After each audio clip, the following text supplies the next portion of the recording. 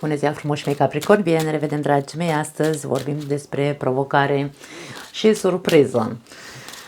Provocarea lunii mai pentru voi, toți cei care aveți soare, luna, ascendent sau Venus în Capricorn și surpriza o vom scoate cu celelalte de cărți, de aici vom scoate doar provocarea și ajutorul, da? Să vedem cam cum putem trece cu bine peste această provocare. Hai să vedem. Capricorn, provocarea lunii mai pentru toți cei care au soare, luna, ascendent sau Venus în Capricorn.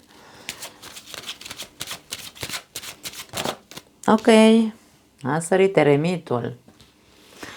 Provocarea este să mergi înăuntrul tău și să vezi ce e gri acolo. Da, nu știu de ce mi-a venit mesajul ăsta. Ce fixuri după care te ghidezi și nu vezi stânga-dreapta, ce te costă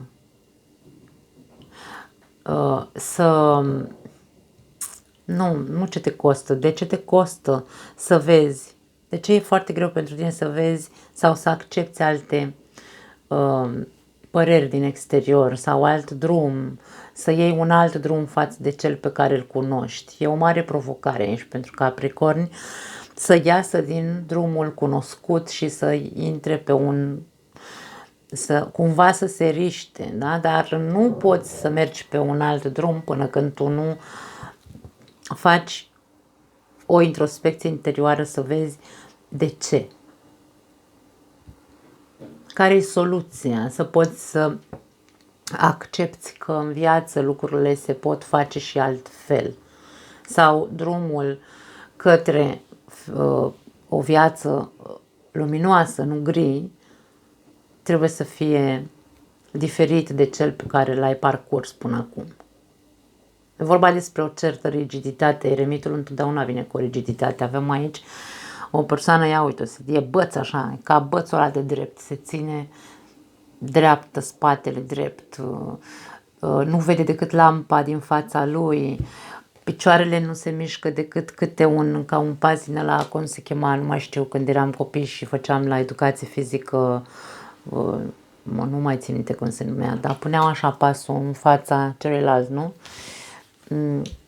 Nu vede mai mult decât cât este un metru în fața lui. Asta este energia eremitului. Este o persoană matură, este o persoană înțeleaptă, dar are o înțelepciune rigidă.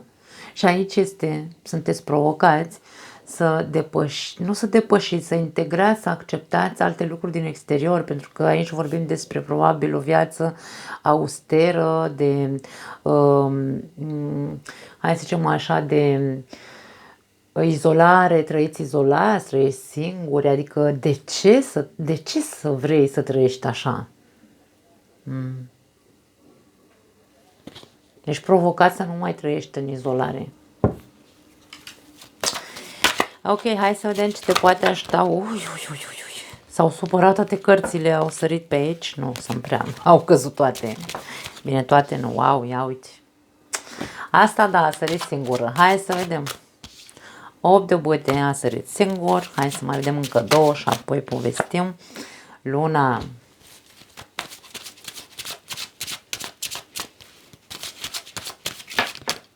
Ok, mai avem 2. 4 de monede și lumea, foarte, foarte semnificativ aici. Da. Dragii mei Capricorni, dacă provocarea este să nu mai fie așa bățos, să nu mai fie atât de rigid, să nu mai fie atât de izolat, ajutorul pentru tine vine din cărți, hai să le spunem negative dacă vrei, sau cu conotație negativă, pentru că aici probabil povestea ta este un trecut foarte dureros, un trecut în care, da, tu într-adevăr ai vrut să ieși de acolo, tu ai vrut de foarte multe ori să scapi de acel trecut, dar n-ai reușit. De ce? Pentru că ceva era ca și cum tu spuneai, ok, e trecutul meu, mi-aparține, este ceea ce cunosc, îmi este greu să mă desprind de acel ceva, indiferent că este dureros sau nu. Acum, fiind cărți de ajutor, aici vorbim despre toate traumele pe care tu le-ai avut, toate decepțiile pe care tu le-ai avut de-a lungul vieții, și nu vorbim doar despre iubire, putem să vorbim despre decepții de tot felul. Decepții, nu știu, că poate nu ai făcut sau poate tu consideri că nu ai făcut sau nu ai spus lucruri când trebuiau spuse și te-ai decepționat pe tine, da? Aici vorbim despre decepții care pot fi în legătură cu tine. Pot fi traume din copilărie pe care, pentru că Luna ne vorbește despre trecut. Luna este cartea care aș spune că în astrologie ne vorbește despre mamă, da? Despre trecutul, casa patra, aș spune. Așadar, este vorba despre trecutul nostru profund, din rădăcinile noastre de familie, da? Toate dezamăgirile, toate eșecurile pe care le-ai avut, toate traumele pe care le-ai avut, le poți elibera. Cum le poți elibera? Pentru că acum, da, o să ziceți, păi da, eu nu mai vreau să sufăr, eu nu mai vreau să... Da, ok.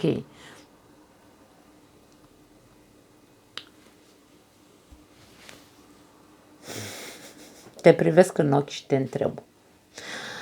Când ai vorbit ultima oară cu cineva, ca să nu zic să faci terapie, pentru că, ascultați-mă un moment, în momentul în care tu mergi la terapie, de exemplu, pentru că poate mulți dintre voi ați fost la terapie, te duci la terapie și poate, uite, nu găsești un terapeut care cu adevărat tu să fii conectat cu el. Poate e un terapeut foarte bun, dar nu există conexiune între tine și acea persoană și atunci nu te deschizi cu adevărat. Da. Pentru că întrebarea mea era, uitându-mă în ochii tăi, întrebarea este, când a fost ultima oară când ai vorbit cu cineva despre aceste traume, dar ai vorbit cu adevărat? Să spui tot ce te doare, tot ce ai acumulat în interiorul tău și te face să rămâi rigid și singur și să nu vrei să vezi pe nimeni în viața ta. Când a fost ultima oară? Când tu ai vorbit cu adevărat cu cineva despre tot, nu despre frânturi. Așa că hai, uite-te în ochii mei și recunoaște față de tine, că nu trebuie să-mi spui mie și nu trebuie să spui la nimeni. Tu cu tine. Pentru că toate traumele pe care tu le-ai avut, dar despre care n-ai vorbit, le-ai păstrat și le-ai acumulat aici în tine, ți-au dat, să zicem așa, o definiție ție ca persoană. M-am îmbătrânit sau am îmbătrânit din cauza acestor traume. Totul este ca un bagaj care m-a făcut să mă dor toate alea. Deci sunt așa încordat tot timpul, nu reușesc să mă relaxez niciodată. Din cauza acelui bagaj, da? Pot fi lucruri inconștiente sau subconștiente, dacă vrei,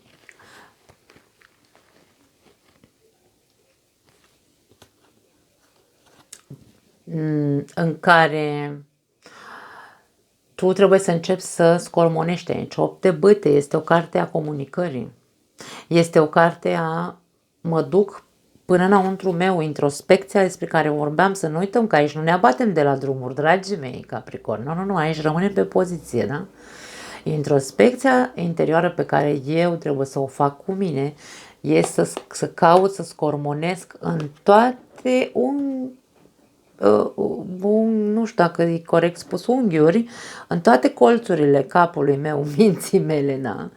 În tot trecutul al meu, în care de fiecare dată când m-am simțit de mic copil, m-am simțit umilit, nu știu, bătut, rănit, îndurerat, habar n-am, dezamăgit, le caut să le scot afară. Cum? Prin comunicare. Este ajutorul cu care vin aceste cărți către tine, în care tu să poți să accepti din exterior o nouă viață, să accepti un nou drum pe care trebuie să mergi. Să nu mai faci lucrurile la fel ca până acum. Pentru că atât te-ai identificat cu traumele tale, cu problemele pe care le-ai avut, cu viața, trecutul ăsta urât pe care l-ai avut, te-ai identificat, ai fost carne cu acel trecut, da? Și nu te-ai deschis să vorbești în totalitate cu cineva sau cu un terapeut Dar nu să vorbesc doar taca-taca, pentru că altceva este să vorbești taca-taca, îți povestesc traumele mele, da, doar ca să mă plâng, da? Nu e vorba despre asta, e vorba despre a le da drumul. În momentul în care se deschide discuția, s-a încheiat subiectul, nu îl mai aduc din nou în discuție și nu mai stau să mă duc iarăși să mă încui în casă și să nu vreau să văd pe nimeni. Deci intenția acestei combinații, acestei talări pentru voi este, în momentul în care se produce discuția, comunicarea despre tot ce s-a întâmplat în trecutul tău, să fie cu un final aici, să fie pentru a te desprinde, pentru a te elibera. Avem eliberare, da? Ca tu să poți să avansezi, să nu mai stai singur cuc toată viața ta încărcat cu bagajul ăsta emoțional. Despre asta e vorba aici. Provocare din nou vorbim de o provocare destul de grea pentru un Capricorn, pentru că dar nu putem să judecăm Capricornii, dragii mei, dar nici nu putem să-i cocoloșim pe Capricorni, pentru că atunci când Capricornul se rigidizează și zice nu, las că știu eu mai bine, pentru că se identifică cu problema pe care o are, Capricornului trebuie să-i zici, hai gata, ți ajunge, pune mâna și crește, pune mâna și închide capitolele și pune mâna și du-te și deschide altele. Nu mai sta așa singur cuc. Păi ce faci? Ai 50 de ani și deja simți că ai 80? N-are cum, ești de acolo. Bătaie. Da, despre asta e vorba aici, dragii mei. Mai reascultați o dată dacă vreți, dar eu cred că a rămas foarte clar ce au vrut aceste cărți să ne transmită. Hai să vedem care e surpriza pentru Capricornii mei frumoși. Surpriza lunii mai. Și cu ce vine la pachet surpriza asta? Ok. Spânzuratul, surpriza este pentru unii dintre voi iluminarea. Vă dați seama de multe lucruri. Surpriza este că îți poți schimba perspectiva despre o situație anume din viața ta. Hai să vedem cu ce vine la pachet spânzuratul ăsta. Pentru alții dintre voi, surpriza poate fi o incomoditate, de ce nu? E ca și cum, asta mai îmi trebuie acum, nu? Să stau așa, să atârn de o ață și să nu știu ce să fac cu viața mea de acum înainte. Hai să vedem cu ce vine la pachet. A sărit aici asul de spade. Hai să mai vedem. Nu cred că este o incomoditate, nu. 6 de spade, care tot despre traume ne vorbește sau despre un trecut plin cu un trecut agitat. O perioadă agitată, să zicem așa.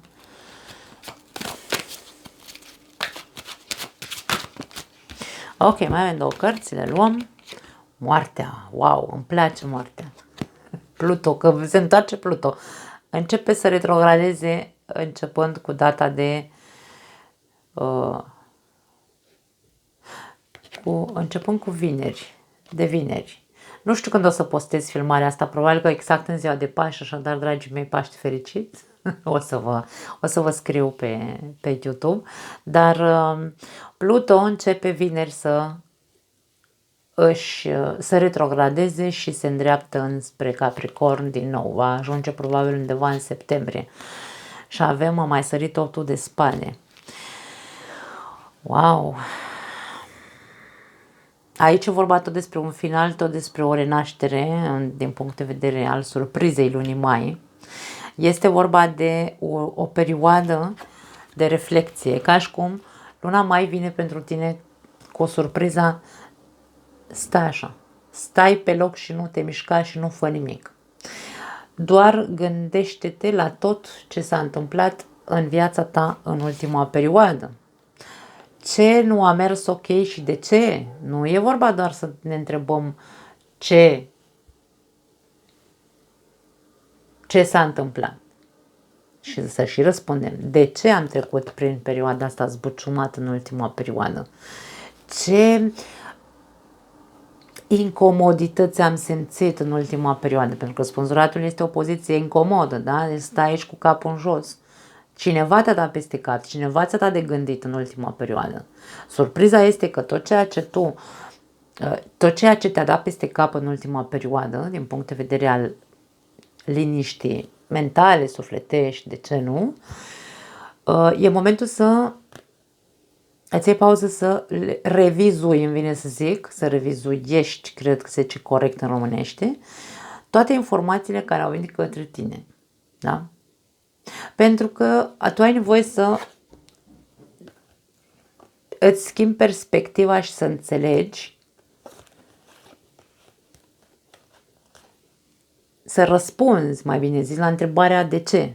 Ce am zis înainte. De ce a fost viața mea atât de zbuciumată în ultima perioadă, sau poate toată viața mea a fost atât de zbuciumată. Surpriza e că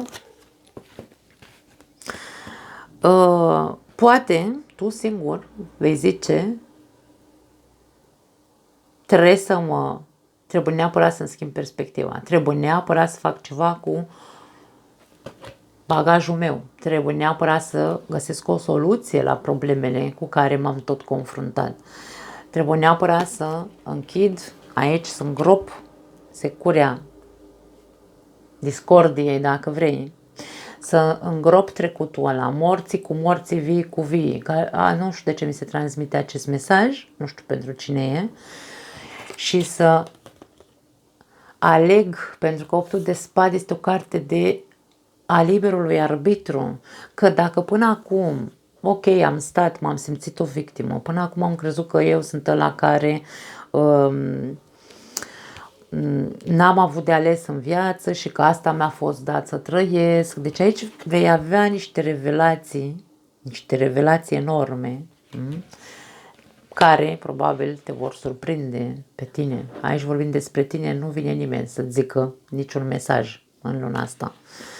Dar e vorba despre dintr-o dată îți dai seama că poate toate sacrificiile pe care le-ai făcut până acum, să ieși din blocaje, nu ți-au funcționat. De ce? Pentru că nu o făceai într-un mod conștient și cu finalitatea de a ajunge la liniște. O făceai ca să scapi de ele, probabil. De-aia zic că nu știu de ce simt anumite lucruri ciudate aici la voi, la unii dintre voi. Dar surpriza este că va exista un moment de iluminare la foarte mulți dintre voi, unde veți lua decizia să, într-un mod radical, să faceți o schimbare completă la voi. Da? Și să alegeți să ieșiți de acolo, indiferent că vă e frică și nu știți ce va fi. Da, atunci când ieșiți din buclă, pentru că aici este ieșirea din buclă, vei alege să ieși din buclă. Și asta e foarte interesant aici, pentru că și surpriza și provocarea sunt legate între ele, poveștile, din câte se observă. Așadar, dragii mei Capricorni, eu vă doresc să aveți o mare conștientizare, să aveți o mare forță, în ciuda fricii că nu știi ce te așteaptă dincolo de, faceți acest proces. Faceți acest pas în care să îngropați trecutul ăla și să porniți la drum, conștienți fiind că trebuie să vă schimbați în totalitate sau, da, în totalitate, pentru că aici avem radicalitate, cartea moartea, Pluto. Se întoarce Pluto și o să te dea peste cap cu ceva și o să zică, hai, acum ce mai faci? Acum ce mai faci? Că nu mai ai de ales, trebuie să ieși de aici, vrei, nu vrei. E ultima oară când se întoarce Pluton în Capricorn. Nu va atinge într-adevăr decât ultimul, gradul 29 al Capricornului, dar n-are importanță. Ultimul grad și primul grad din orice zodie atinge o planetă transpersonală ca Pluto, este un zbucium important acolo, pentru că vine să vadă, se întoarce să vadă dacă ți-ai schimbat mentalitatea, dacă ți-ai schimbat perspectiva, dacă ți-ai schimbat, dacă ai prins curaj să ieși de acolo, ți-ai învins fricile, da? Deci va fi, poate nu neapărat în luna mai vei simți energia lui Pluto, că nu avem cum să o simțim acum, dar e vorba de eu simt că tu te vei surprinde pe tine de faptul că vei observa multe lucruri și vei înțelege multe lucruri. Da, Nu mai am altceva, dragii mei, foarte interesantă etalarea voastră, vă pup, ne vedem data viitoare.